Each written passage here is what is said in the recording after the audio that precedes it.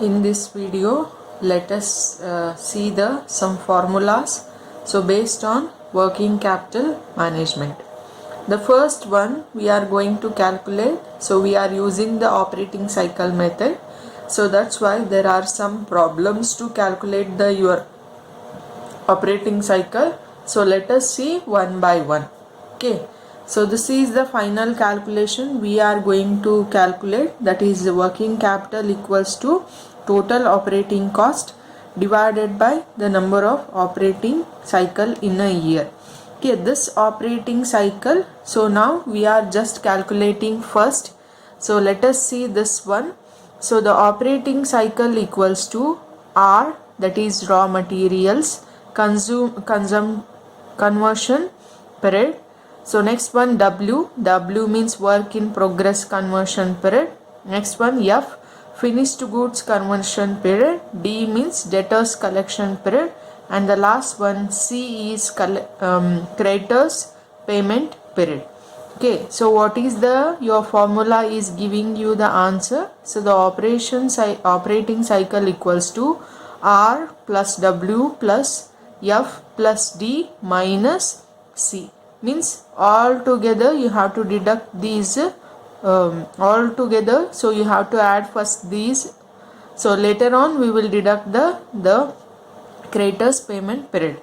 Okay, now let us see one by one formula. Okay, the first one is raw materials conversion period, that is R. R equals to average cost of raw materials and stores.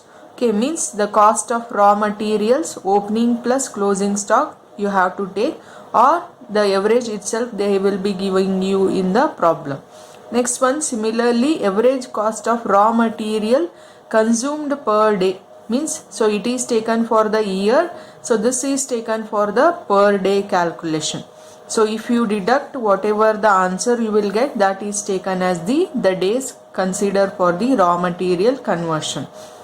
Next one, second one, work in progress conversion period. So here the word conversion has been skipped, but you write it down there. Okay, W equals to average cost of work in progress, means so you are converting raw material into finished goods, but they yet not finished as your finished goods. So that is taken as the work in progress. Already you know work in progress means, so just we are converting a raw material to finished goods. It is a in between step of the first step to last step. Okay, so the base for this is average cost of production per day, means what is the production capacity for the per day considered for the work in progress.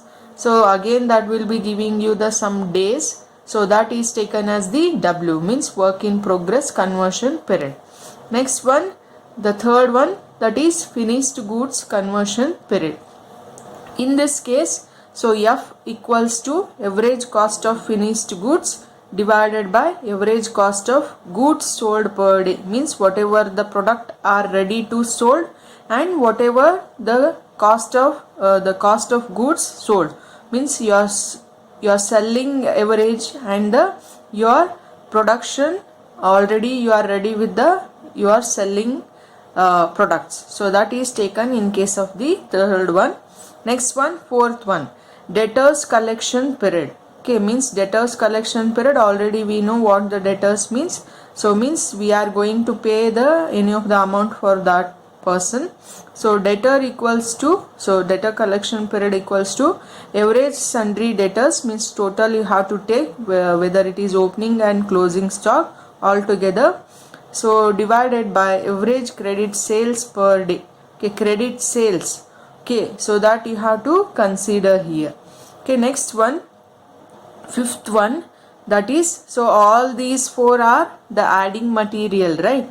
So but the fifth one is always it is deducted, means either by adding these four you can deduct at the last, or in the value of the raw materials conversion period you can deduct this credit payment period.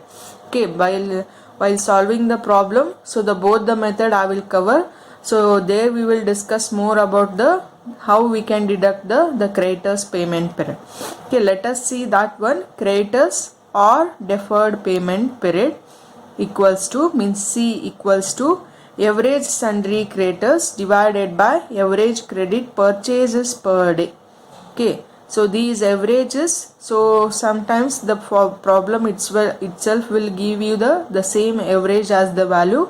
So if they have given the operating opening and the closing stock, so you can just take the both the amount and you can divide by the 2, you will get the average value of the any of these materials. Okay, next one. So by calculating all these 5, okay, so by using this formula we can get the operating cycle, right? So now we'll come up for our regular formula. So that is the working capital calculation. So what we are going to calculate here, that is working capital, right?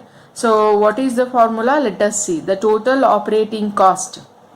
So operating cost is nothing but, already we can see that, so whatever the cost spent towards your day-to-day expenses, so divided by number of operating cycle in a year.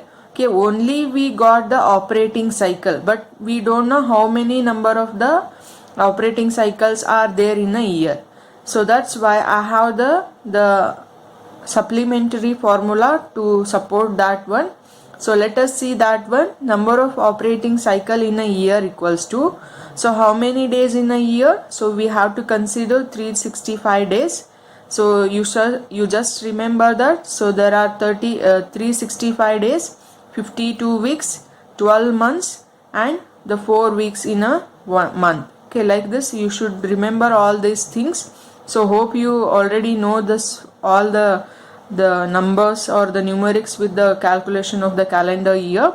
So let us see the formula. The 365 days divided by operating cycle period. Okay, this operating cycle is, so whatever we calculated in this, so is going to be taken here, and so the 365 days, so whatever the amount days you will get, so the number of operating days, so you will get here, means multiplied. So if I come through with the operating cycle as the 90 days, okay, so 365 days andre nimage ಎಷ್ಟು ಬರುತ್ತಲ್ಲ, almost it will take you the around of 4 times, right? 4 time ಬರ್ತದೆ ನಿಮಗೆ. So ಅದೇ ರೀತಿ ಏನಪ್ಪಾ ಅಂದ್ರೆ, so ಇದನ್ನ ಬೇಸ್ನ ನಾವು ಎಲ್ಲಿ ತಗೊಂತೀವಿ, ಈ ಫಾರ್ಮುಲಾ ಅಲ್ಲಿ ತಗೊಂತೀವಿ. ಸೊ ಆಮೇಲೆ ನಮಗೆ ಲಾಸ್ಟಿಗೆ ಏನು ಕ್ಯಾಲ್ಕುಲೇಷನ್ ಮಾಡ್ತೀವಿ, ವರ್ಕಿಂಗ್ ಕ್ಯಾಪಿಟಲ್ ಕ್ಯಾಲ್ಕುಲೇಷನ್ ಮಾಡ್ತೀವಿ.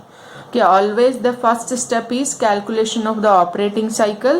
The second step is number of operating cycles in a year. Third step we are going to calculate the working capital. So hope you understood how we are using the formula in the operating cycle, and in the next video we'll come with the problems. So hope you understood these formulas.